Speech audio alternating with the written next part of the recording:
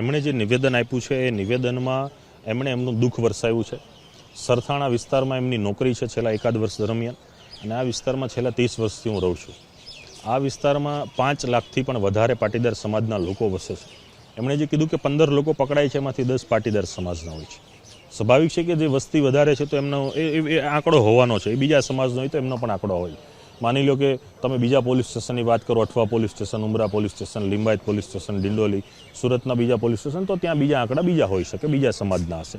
પણ એના કરતાં પણ પાટીદાર સમાજે ચિંતન કરવું જોઈએ કે જો આવી વસ્તુ બને છે, 10 લોકો તો 10 લોકો, પણ આ વ્યસનથી દૂર કઈ રીતે થાય, અને આ વ્યસન જો મળે છે તો એ વિસ્તારના જવાબદાર પોલીસ અધિકારીઓએ એનું પણ ધ્યાન રાખવું જોઈએ કે આ વ્યસન આ વિસ્તારમાં પ્રવેશવું કઈ રીતે. ડ્રાય સ્ટેટની જ્યારે વાતો થતી હોય ત્યારે સરથાણાની હદમાં દારૂ આવ્યો ક્યાંથી. વાલીઓ માટે પણ ખૂબ ચિંતાનો વિષય છે.